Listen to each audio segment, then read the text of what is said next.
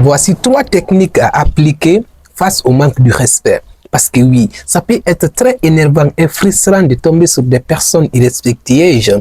Une fois que quelqu'un vous manque de respect, vous pouvez y demander, mais comment je dois y répondre? Ou est-ce que même je dois y répondre? La réponse est simple. Dans cette vidéo, nous allons voir 3 techniques à appliquer face au manque de respect. Et j'en suis sûr et certain, quand vous appliquez ces 3 techniques dont je me prête à partager avec vous, je peux vous garantir que votre vie ne sera pas du tout la même, mais par contre, positivement. Mais avant d'aller plus loin, si c'est votre première fois en tout cas de tomber sur l'une de mes vidéos, sur cette chaîne, on partage des conseils et des astuces qui nous permettent à évoluer mentalement et physiquement, tels que la confiance en soi, le charisme, l'art oratoire et tout ce qui marche avec. Si ce genre de sujet vous touche, je vous invite à vous abonner pour ne pas rater les belles vidéos qui tombent sur cette chaîne. Et ensuite, pour qu'on puisse devenir une meilleure version de nous. Si vous êtes encore plus sympa, laissez-moi un gros pouce bleu car ça me fera super plaisir de votre part. Alors, la toute première technique à appliquer face au manque de respect, c'est de rester calme.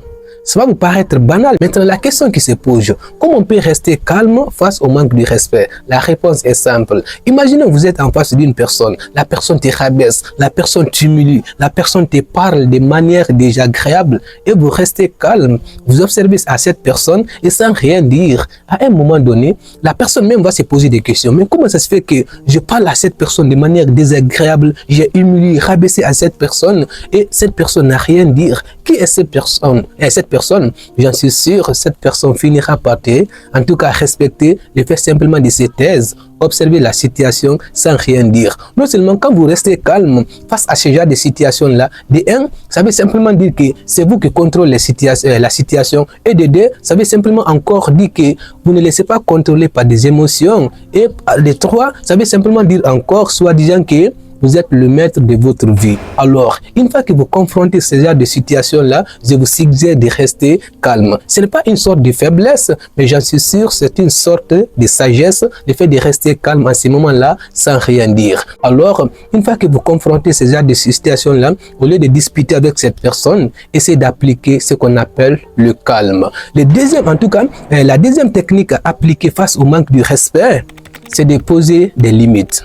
Mes chers frères et sœurs, c'est bien de rester, en tout cas, d'être charismatique, authentique, souriant et être, en tout cas, à l'aise avec tout le monde.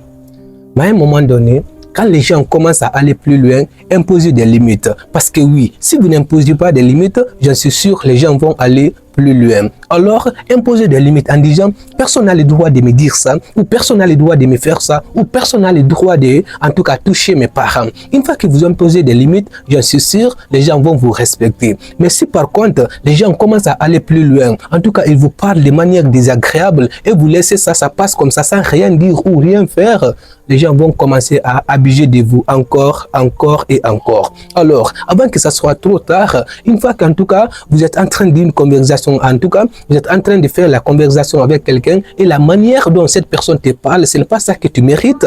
Impose des limites. Le fait d'imposer des limites, ça va vous permettre d'être respecté par les personnes qui vous manquent du respect. Ça, c'est quelque chose qui est hyper important et ça marche encore. La troisième et la dernière astuce à appliquer face au manque de respect, c'est de poser des questions si ça vaut la peine de répondre. Mes chers frères et sœurs, ce n'est pas sur toutes les situations qui, en tout cas, méritent d'être répondues. Comme je dis, en tout cas, dans la première technique, une fois qu'on vous manque de respect, cette personne, qu'est-ce que cette personne attend en retour? Cette personne puisse, en tout cas, vous puisse réagir. Cette personne veut simplement vous puisse réagir. En ce moment-là, la seule conseil que j'ai à partager avec vous, ne réagissez pas. Quand vous réagissez, j'en suis sûr, c'est ça que cette personne cherchait. Alors, au lieu de réagir ou de bavarder avec cette personne, posez-vous cette question. Est-ce que je dois réagir face à cette situation? Cette personne m'a parlé de cette manière, ce n'est pas ça que je mérite, mais est-ce que je dois réagir avec cette personne? Est-ce que je dois donner mon énergie avec cette personne? À un moment donné, il y a des situations qu'on doit laisser, ça passe comme ça, autant qu'à un moment donné, il y a des situations qu'on ne doit pas laisser, ça passe comme ça. Alors posez-vous des questions. Une fois qu'une personne est en train de manquer de respect, est-ce que cette personne mérite non seulement à mon attention, est-ce que cette personne mérite mon, en tout cas, énergie? Est-ce que je dois bavarder avec cette personne. Ça, c'est quelque chose qui est hyper important. Et quand vous faites ça, ça veut simplement dire que vous êtes mature et c'est vous qui contrôlez les situations, mais vous ne laissez pas contrôler les situations, contrôler par des situations. J'espère qu'on a appris quelque chose aujourd'hui. En tout cas, c'est Ibro Hawadi 124. Je peux jamais, mais jamais empêcher ce qui m'arrive, mais je peux dicter ma façon de réagir. À très bientôt.